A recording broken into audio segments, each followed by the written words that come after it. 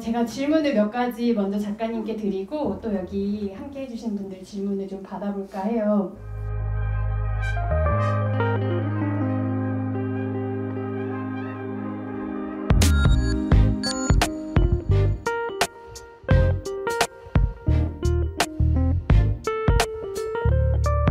처음 고래에 대해서 왜 관심을 갖게 되셨는지, 그리고 20년 넘게 지금 고래에 대해서 저렇게 취재를 해오셨는데 이렇게 한 고래라는 어떤 대상을 두고 끈질기게 계속 취재를 해올 수 있었던 어떤 특별한 계기나 이유가 있으실까요?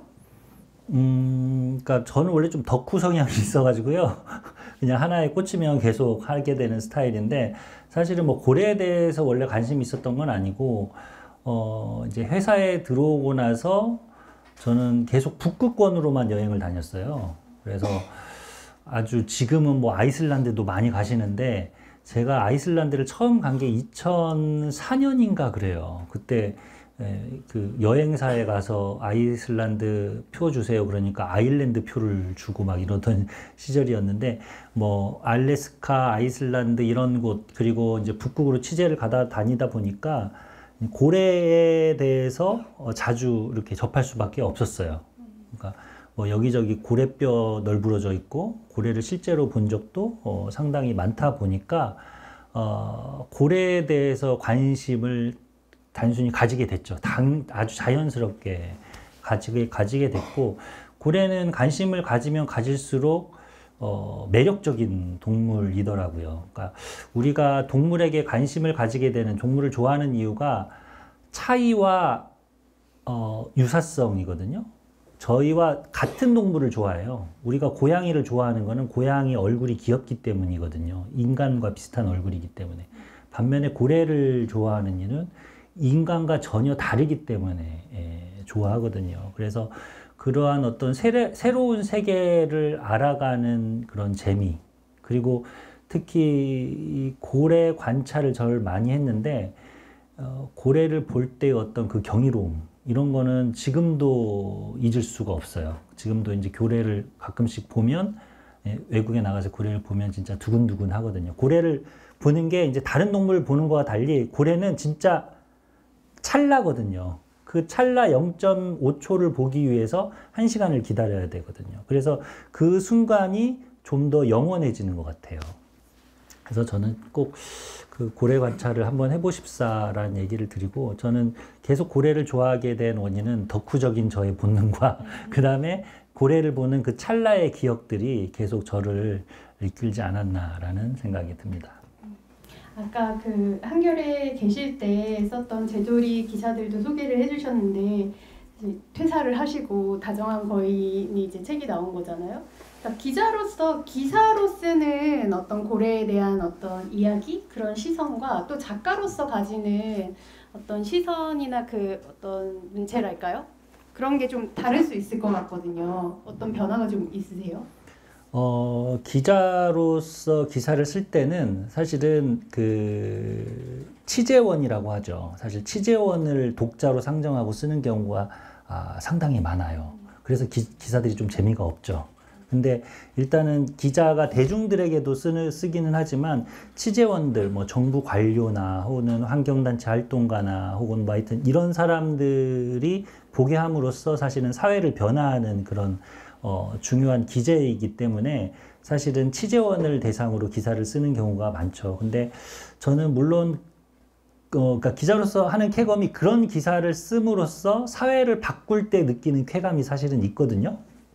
근데 그런 것도 있지만 저는 그냥 제 가족이나 그냥 우리 평범한 사람들한테 이야기를 하는 것도 상당히 저는 재미있어 했어요. 그래서 기사를 쓸 때도 그런 오피니언 리더나 그런 이해관계자를 향한 기사보다는 될 수 있으면 일반 사람들에게 말을 거는 기사, 그리고 일반 사람들이 와 재밌다라고 할 수 있는 기사, 감동적인 기사를 좀 저는 좋아하는 편이었죠.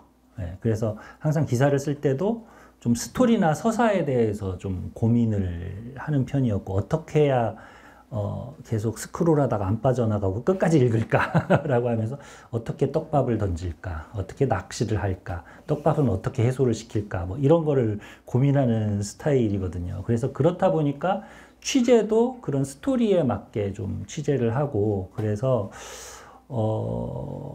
기사도 좀 다른 기사를 쓰게 된 것 같고, 그리고 이제 책을 쓰면 이제 전혀 그 예전에 기자로서 썼던 그런 스토리가 아니라 이제 제가 원하는 그런 스토리를 쓰게 되어서 훨씬 좋았죠. 네. 사실 오늘 그 강연 내용 중에는 포경 산업에 대한 이야기는 좀 빠져 있었잖아요. 근데 책에 보면 고래를 향한 어떤 인간의 그런 욕망들에 대한 내용도 책에 있는데 그런 부분들에 대해서 조금 더 이야기를 해주신다면. 예. 계속 인간이 계속 포경을 해왔죠. 그러니까 최초의 기록이 우리나라 울산의 뭐 반구대 암각화라고 라는 이제 설이 이제 주류 가설이고요. 그게 이제 신석기 시대 혹은 청동기 시대였고, 사실은 근데 우리는 고래를 잡지 않았어요. 세계 대부분의 민족은 고래를 잡지 않았고, 고래를 잡더라도 아주 소극적으로 잡거나 아니면은 자초한 그냥 죽었는데 해변으로 떠밀려온 개체를 잡는 수준의 어떤 소극적인 수준이었죠. 그러다가 16세기, 17세기 들어서 이제 조직적인 포경이 시작된 거예요. 사실은 몇 년 안 됐습니다. 400년 정도밖에 안 됐죠. 그 뒤에 이제 그 과학혁명이 일어나고 자본주의가 발달하면서 고래를 이제 북극으로 잡으러 가고 뭐 태평양으로 잡으러 가고 그러는데, 쭉 지금까지 잡혀왔던 고래 개체수를 보면 1950년대부터 70년대까지 잡았던 고래 개체수가 훨씬 더 많아요. 그 전에 200~300년 전 거보다. 사실은 그 1950년대 이후에는 공장식 포경선으로 잡거든요.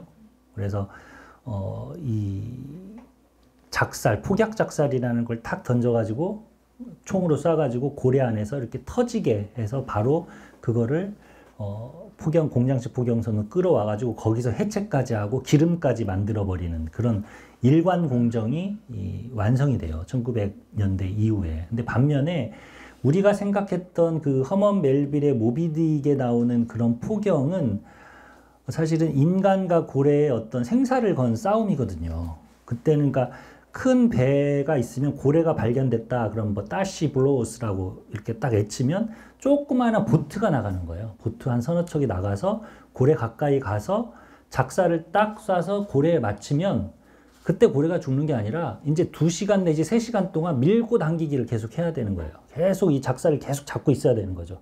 그러다가 고래가 결국 지쳐 쓰러질 때 그때 가서 란스라고 불리는 아주 예리한 그 작살로 숨통을 딱 끊어 놓거든요. 그래서 그 당시에는 사람들이 많이 죽었어요.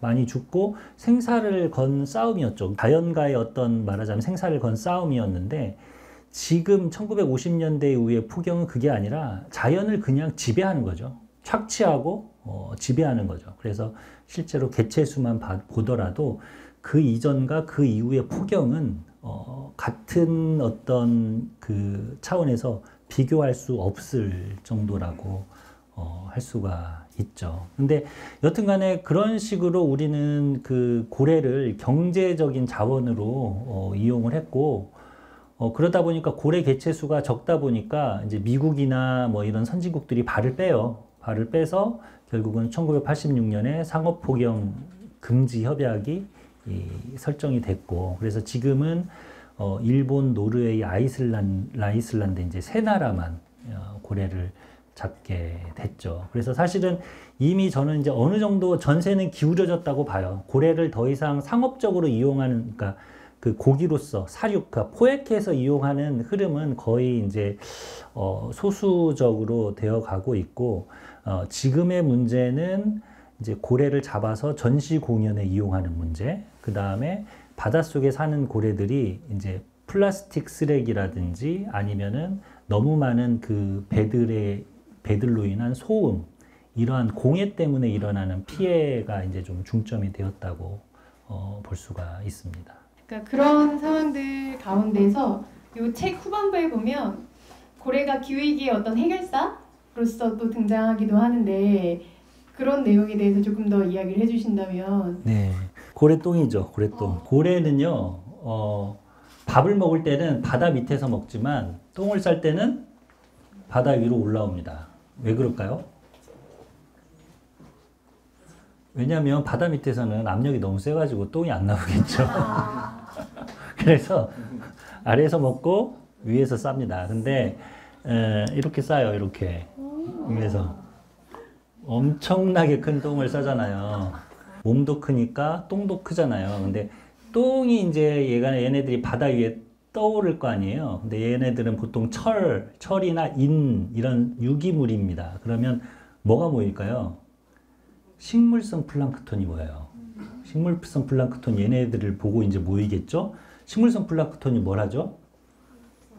광합성을 하잖아요. 이산화탄소를 흡수하잖아요. 우리가 그 문제시하는 이산화탄소, 온실가스를 흡수하잖아요. 그런 다음에 얘네들이 흡수한 다음에 해저로 가라앉아요. 그러면 온실가스를 밑에다가 저장을 하는 효과가 있는 거예요. 그래서 고래는 똥만 싸도 우리한테 도움을 줍니다. 근데 또 고래는 죽어서도 우리한테 도움을 줍니다. 죽어서도. 모든 생명체의 재료는 탄소거든요. 탄소. 자, 그래서 인간은 죽어서 연기로 해도 별로 그 지구온난화에 영향을 별로 안 끼치는데 고래 같은 경우는 워낙 크니까 만약에 얘네들을 타오면 지구 온도가 많이 오르겠죠. 근데 다행히도 그렇지 않고 고래가 죽으면 어떻게 될까요? 떠오르잖아요. 떠오르고 그럼 뭐 갈매기들이나 이런 애들이 조금 쫓아 먹겠죠. 그런 다음에 걔네들이 얼마 안 돼 가지고 가라앉아요.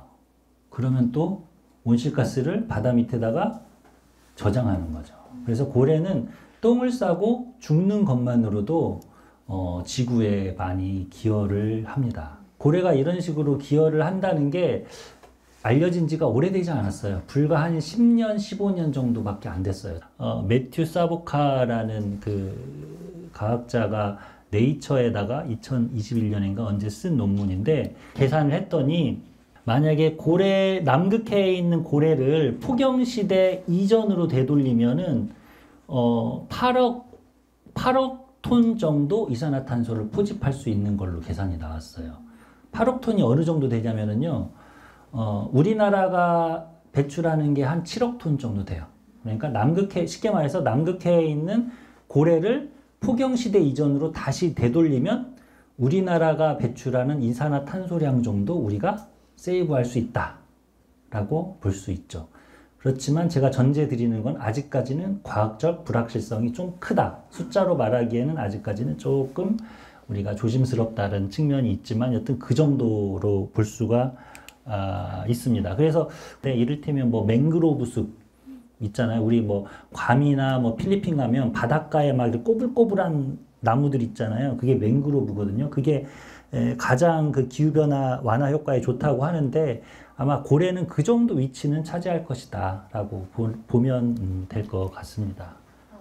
제돌이가 나가는 걸 이제 직접 보셨고 그리고 그 이후에 또 제돌이가 마음껏 바다로 누비는 것을 보셨는데 아까 그 화면 중에 그 이후에 그러니까 바다로 갔지만 결국 이제 돌아오지 못한 또 돌고래들도 있고 그래서 이 돌고래들을 과연 해방시키는 게 맞았을까? 방사를 하는 게 맞았을까? 아니면 조금 더 신중했어야 될까라는 그 질문도 이렇게 저희에게 던져주시기도 했잖아요. 그랬을 때 작가님이 생각하시기에 어떤 그 전실 동물로서 존재했던 돌고래 진짜 해방이라는 것, 동물의 어떤 해방이라는 것에 대해서 작가님의 좀 생각은 어떠신지. 동물이 그러니까 해방이 되는 건 좋지만 사실은 동물이 해방되는 건 사실은 아주 어렵겠죠. 어렵겠고 물론 이제 그 가치로 우리가 이제 모두 가고 있는 건 사실이고요. 저는 좀 이런 말씀을 해드리고 싶어요. 우리가 권리 중심으로 모든 거를 접근하거든요. 최근에는. 그러니까 교권, 아이들한테는 어린이 아동 인권, 선생님한테는 교권, 동물에는 동물권, 뭐 교육권, 노동권 그렇게 하는데 인간과 자연의 관계를 계속 공부하다 보면 권리 중심의 접근법이 한계를 드러내는 경우가 되게 많아요. 이를테면 세덕후라고 혹시 들어보셨어요? 세덕후? 세덕후? 예.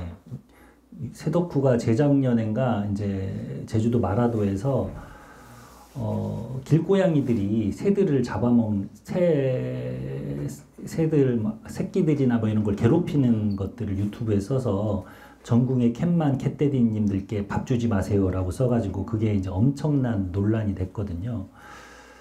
그 문제를 보면서 드디어 이제 권리와 권리가 충돌하기 시작하는 거예요. 새의 권리와 고양이의 권리가 충돌하기 시작하는 거죠. 그러면서 권리라고 우리가 생각을 하면 우리는 권리라는 말 속에는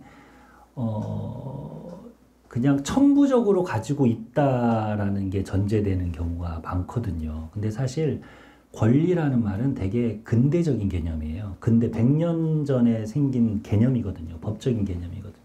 그 전에 우리가 가지고 있던 개념은 정의입니다. 정의. 그래서 권리라는 개념을 가지고 우리가 접근하다 보면 그 사건 속에서 권리와 권리가 경합하거나 충돌하면서 결국은 찾지 못할 때가 많아요. 결론을 찾지 못할 때. 하지만 그 역사적인 맥락과 사건의 이면을 보면 정의의 관점에서는 우리가 윤리적 판단을 할 수가 있는 경우가 많죠. 스스로에게 각자 주체에게 너는 권리가 있어라고 얘기하는 순간 그 자신은 자기 권리가 천부적이라고 생각을 하고 자기의 이익을 위해서 계속 투쟁을 하거든요. 그러면서 결국은 만인과 만인의 투쟁 상태로 만들어 놓지 않았나. 그게 바로 근대적 권리 개념의 한계다라고 생각을 하거든요. 그래서 최근에 그 동물 해방 철학으로 다시 돌아가서 옛날에 피터 싱어가 동물 해방에 대해서 얘기를 했을 때는 동물에게도 인간과 똑같은 본원적인 권리가 있다고 본 거예요. 고통을 당하지 않은 권리가 있다고 봤는데 최근 들어서 학자들은 이제 그런 권리의 어떤 한계, 근대적인 한계를 인식하면서 그런 배타적인 권리가 아닌 정의의 관점에서 본다거나 아니면은 그 권리들이 사실은 중첩된다라고 본다거나 하면서 새로운 어떤 프레임을 가지고 이제 그런 식으로 좀 연구를 하기 시작했죠. 그래서 사실은 그 동물권, 동물 해방이라는 걸 어떤 플라톤이 내세우는 이데아처럼 하나의 상을 주고 그 상에 대해서 우리가 실현해야 된다고 생각을 하다 보면 여러 가지 딜레마에 빠지는 경우가 좀 많은 것 같아요. 제가 5살인 아이를 키우고 있는데 이제 어린이집에 다니는데 어린이집에서 그렇게 동물 체험 그거 되게 많이 가거든요. 1년에 한두 번씩 가요. 뭐 아쿠아리움도 가고. 그래서 아이들과 함께 이 동물에 대한 이야기를 어떻게 나누고 그런 이야기를 어떻게 좀 사회적으로 함께 할 수 있을까요? 저도 이제 애 키우면서 그게 좀 걱정이 되더라고요. 근데 다행히 우리 아들은 동물을 좋아하지 않아가지고요. 다행히 그렇긴 한데 이제 동물원에 가는 게 좋지 않다고 이렇게 직접적으로 얘기하는 것보다는 이제 갔을 때 이제 그런 얘기를 하죠. 얘네들이 갇혀 있는데 기분이 어떨 것 같아. 그러면은 뭐 슬플 것 같다라든지 그렇게 이제 스스로의 감정을 유도하도록 하는 편이고요. 가장 그 동물원은 제가 안 데리고 가면 되니까 크게 문제가 없는데 가장 저도 고민이 되는 건 그렇게 어린이집이나 유치원에서 동물 체험을 하더라고요.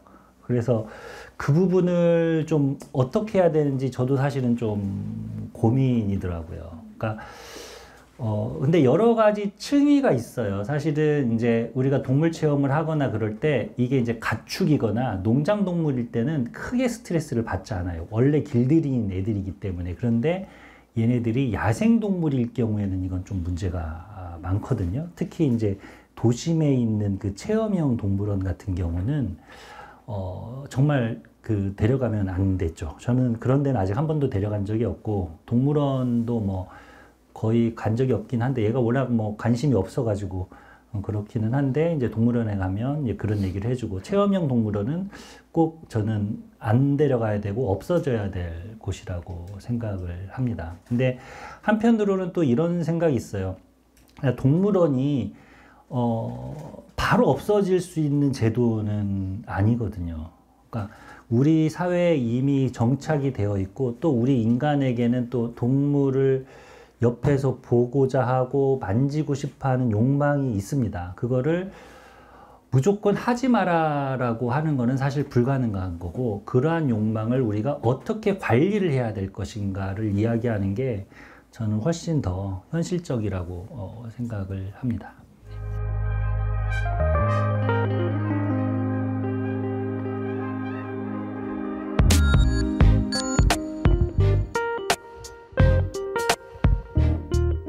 아직 그 남방 큰 돌고래는 다 방사를 했어요. 왜냐하면 우리나라에 이제 저기 멸종 위기종이고 고유종이기 때문에 이제 이 운동에 따라 가지고 방사를 했지만, 외국에서 수입한 고래들 하나가 일본에서 수입한 큰 돌고래, 그 다음에 러시아에서 수입한 벨루가라고 불리는 하얀 돌고래 있잖아요. 카나리아처럼 예쁜 울음소리를 가지고 있는데 흰고래, 벨루가, 흰고래라고 부르는데 걔네들은 아직까지 있어요. 그리고 어떤 돌고래들은 수족관에서 태어난 애들이 있어요. 수족관에서 태어난 애들은 고향으로 돌려보내봤자 죽습니다. 그래서 최근에 나오는 대안이 이제 돌고래 바다 쉼터라는 거예요. 바다 쉼터, 생츄어리. 그러니까 얘네들 바다에 그 고향에 못 돌려보내지만 우리가 그동안 그 버렸던 그런 죄를 좀 회개한다는 점에서 바다에다가 조금 가두리 같은 이렇게 그물을 치고 거기다가 조금 자연적인 환경에서 여생을 보낼 수 있도록 그렇게 하자는 거죠.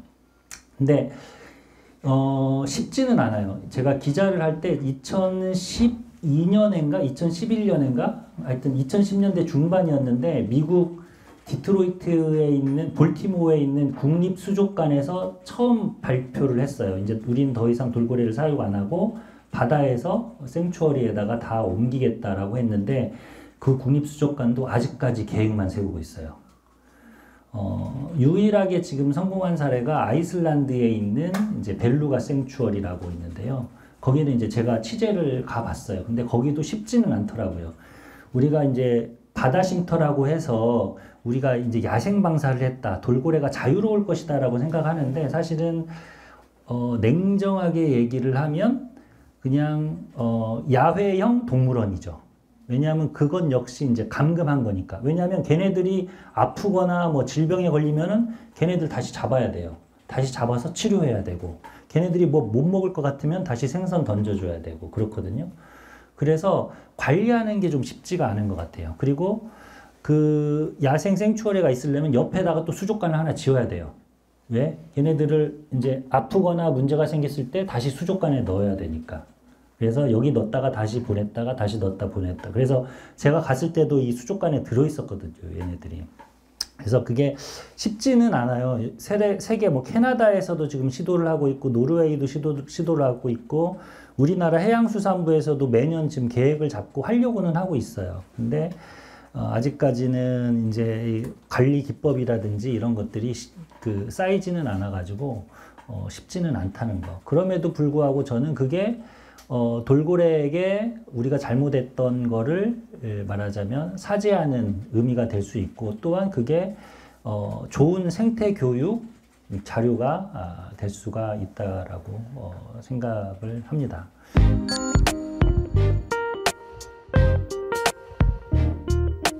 생추어리는 이제 농장 동물들을 위한 생추어리가 있고 또 야생 동물들을 위한 이제 생추어리가 있죠. 그러니까 농장 동물 같은 경우는 뭐 돼지나 소 이런 데서 이제 구조됐거나 뭐 그런 애들을 데려와 가지고 이제 최대한 그 본능에 맞게 키우는 거고, 야생 동물 같은 경우도 동물원에서 구조됐거나 여러 가지 이유로 구조된 애들을 이제 최대한 야생에 가까운 환경에서 키우도록 하는 제도인데요.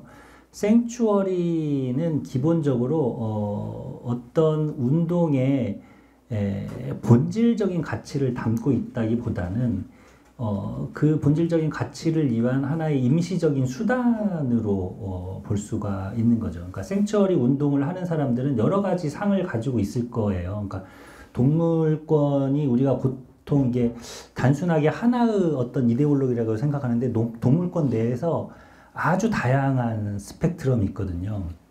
이를테면 가장 급진적인 스펙트럼이 어볼리셔니즘이라는 거예요. 어볼리셔니즘은 철폐주의라는 거예요. 철폐주의. 어볼리시가 철폐하다는 뜻이잖아요.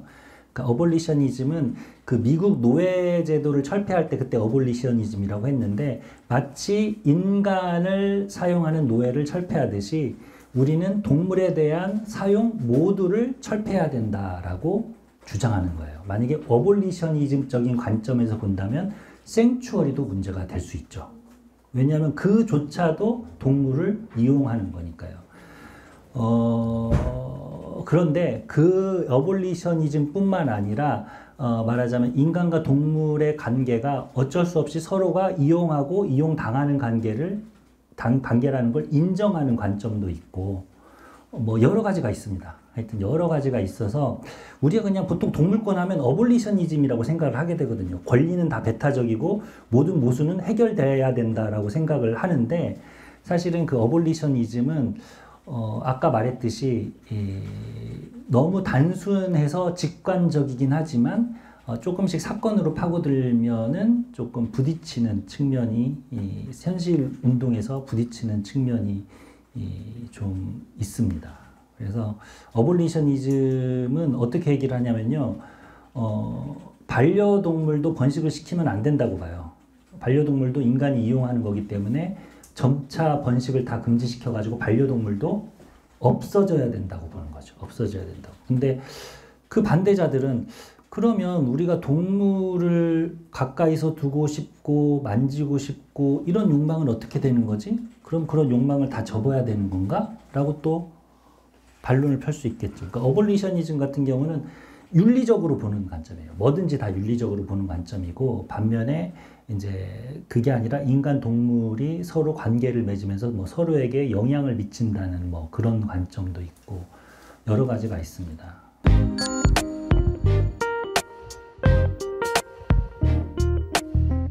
동물권이라는 말을 우리가 남발한다라고 생각을 해요. 사실 동물권은요, 우리가 권리라는 말을 쓴다면 동물권은 학대당하지 않을 권리를 말해요. 학대당하지 않을 권리.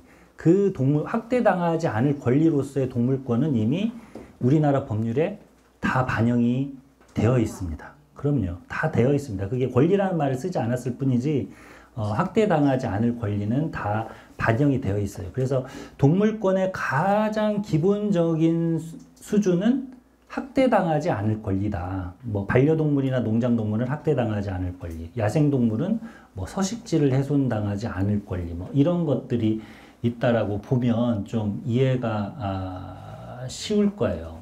동물한테 무슨 뭐 교육권을 주자, 재난지원금을 주자, 뭐 이런 건 아니잖아요. 근데 이제 그럼에도 불구하고 우리가 권리와 권리가 경쟁을 할 수 있기 때문에 기본적으로 지금의 철학자들이 이야기하는 거는 이 근대적인 권리 개념을 해체하자는 거예요. 사실 권리라는 개념이 근대법 이후부터 나왔거든요. 모든 나라의 법률은 사실은 150년, 200년밖에 안 됐고요. 거기에서 권리라는 말이 처음 나왔고 세상 모든 만물을 권리 주체 아니면 권리 객체로 나눠요. 권리 주체는 누구냐면 우리 사람이죠. 권리 주체가 법적인 사람이에요. 법적인 사람. legal person이에요. 영어로. 그런데 그 살아있지도 않은데 또 법적인 사람 지위를 우리가 준 데가 있죠. 바로 기업이나 단체에도 우리가 법인격을 줘요. 그래서 우리가 길 가다가 삼성전자가 싫어. 그래가지고 만약에 삼성전자 기물을 부쉈어요. 그러면 삼성전자라는 무생물은 우리한테 손해배상 소송을 걸 수가 있어요. 살아있지도 않은데, 고통을 당하지도 않은데. 왜냐하면 근대법에서 걔한테 법적인 사람 지위를 줬으니까요. 반면에 물건이나 자연이나 동식물은 법적인 지위를 안 줬어요. 법적 사람 지위를 안 줘가지고 권리 객체로 만들어 놨어요. 그래서 근대법의 기본적인 구조는 권리 객체는 권리 객체를 사용하거나 소유하도록 만들었어요. 그렇기 때문에 사실은 지금의 환경위기와 기후위기가 나오게 된 어떤 법적인 토대가 이 권리주체와 권리 객체의 개념에서 나온 거죠. 본질적으로는 권리라는 개념에서 나온 것일지도 몰라요. 그래서 우리가 동물을 막 마음대로 먹고 뭐 학대하고 그런 이유가 얘네들은 권리가 없으니까 라고 생각을 하는 거죠. 그래서 최근에 나온 개념 중에 하나는 지구법학이라는 건데 남방큰돌고래한테 지금 법적인 사람의 지위를 지금 주려고 하고 있어요. 그게 이제 생태법인이라는 건데 여기서는 그 권리라는 개념을 쓰기는 써요. 쓰기는 쓰는데 그렇게 이분법적인 권리 주체와 권리 객체의 개념으로 바라보지를 않죠. 그냥 권리가 중첩돼 있다고 봐요. 바다거북도 권리가 있고 바다거북을 이루는 숲이나 강이나 석호도 권리가 있고 숲이나 강이나 석호를 이루는 행성 지구도 권리가 있다라고 중첩 개념으로 보는 거죠. 그래서 서로 권리가 경합하는 어떤 구조를 피할 수 있게 된 거예요. 그래서 이런 식으로 다른 동물한테 법적인 그 법인격을 주는 사례가 최근에 많아졌어요. 우리나라 남방 큰돌고래뿐만 아니라 뉴질랜드의 대표적인 아까 보여줬던 황가누이 강이 이제 가장 대표적이죠. 강 생태계한테 법적인 사람주의를 줬어요. 그래서 누군가 그 강에 대해서 우리나라 4대강 공사처럼 뭐 준설공사를 했다. 강에게 피해를 주는. 그러면 강은 그 뭐 단체에게 손해배상 소송을 걸 수 있죠. 그럼 강이 어떻게 손해배상 소송을 걸어? 물어볼 수 있죠. 근데 그거 간단해요. 대리인을 선임하면 되거든요. 왜냐하면 모든 법인은 대리인이 있잖아요. 우리 회사나 단체도 다 법인에 대리인이 있듯이. 그래서 뉴질랜드 같은 경우는 황건우이 강에 2명의 법적인 후견인을 둬요. 원주민 부족이 추천한 사람 1명, 정부가 추천한 사람 1명 해가지고 2명이 황건우이 강의 법적인 대리인이 돼가지고 활동을 합니다. 소송도 걸고 뭐 이런 것들을 할 수 있는 거죠. 그래서 이런 활동이 이제 근대적인 어떤 권리 개념을 조금씩 균열을 일으키는 그런 제도라고 할 수가 있습니다. 만약에 누가 거기다 오염물질을 떨어뜨려 가지고 강에 있는 무슨 그 곤충들이 피해를 입었다. 그러면 얘는 소송을 걸 수가 있는 거죠. 피해를 입었으니까. 그냥 사람이나 똑같다고 보면 되는 거예요. 삼성전자나 똑같다고 보시면 되는 거예요. 삼성전자.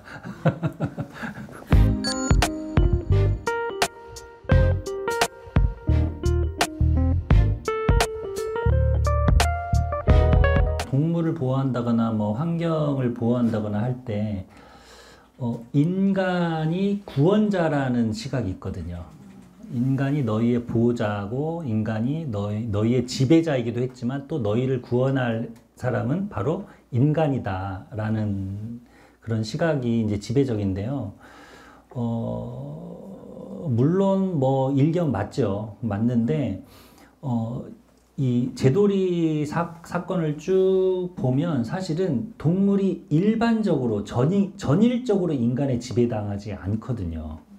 동물은 계속 인간에 저항해요. 그리고 인간의 계획대로 안 돼요. 이를테면 아까 제가 예를 들었듯이 돌고래 쇼를 하면서 1번, 2번 하다가 10번 하면서 돌고래 쇼를 망칠 수도 있고요. 반려견 키우시는 분들은 알겠지만 강아지가 삐지면은 우리는 어떻게 할 수가 없어요. 그러니까 사실은 정치라는 건 밀당이거든요. 밀당. 그러니까 인간과 동물도 인간이 우리가 너희를 지배한다 혹은 우리가 너희를 구원한다라고 해봤자 사실은 밀당의 관계 속에서 이루어지는 거거든요. 물론 인간의 영역이나 인간의 파워가 훨씬 세겠지만 그럼에도 불구하고 그 균열은 있다라는 거를 저는 많이 인식을 하고요. 아까 그래서 그 돌고래 동화 얘기 2가지 사례를 들어주셨는데 야, 너는 잘못됐어. 너는 나가야 돼. 라고 말해주는 동화보다는 돌고래가 스스로 자기가 너무 나가고 싶어서 나갔다라는 이야기가 저는 훨씬 더 좋은 것 같아요. 그게 바로 우리가 보지 못하는 동물의 욕망 혹은 동물의 요구를 우리가 바라보는 거거든요. 그래서 그러한 점들을 사실을 하나하나씩 찾아내는 게 저는 가장 중요하다고 생각해요. 저도 그래서 스토리를 쓸 때, 책을 쓸 때 항상 그런 부분을 좀 찾아내려고 하거든요. 네, 그래서 뭐 좋은 사례인 것 같습니다. 네. 다정한 거인의 어린이판이 한 번 더 나오면 좋지 않을까. 오늘 긴 이야기 나눠주신 남조영 작가님께 박수를 한번 부탁드리고요. 네, 감사합니다.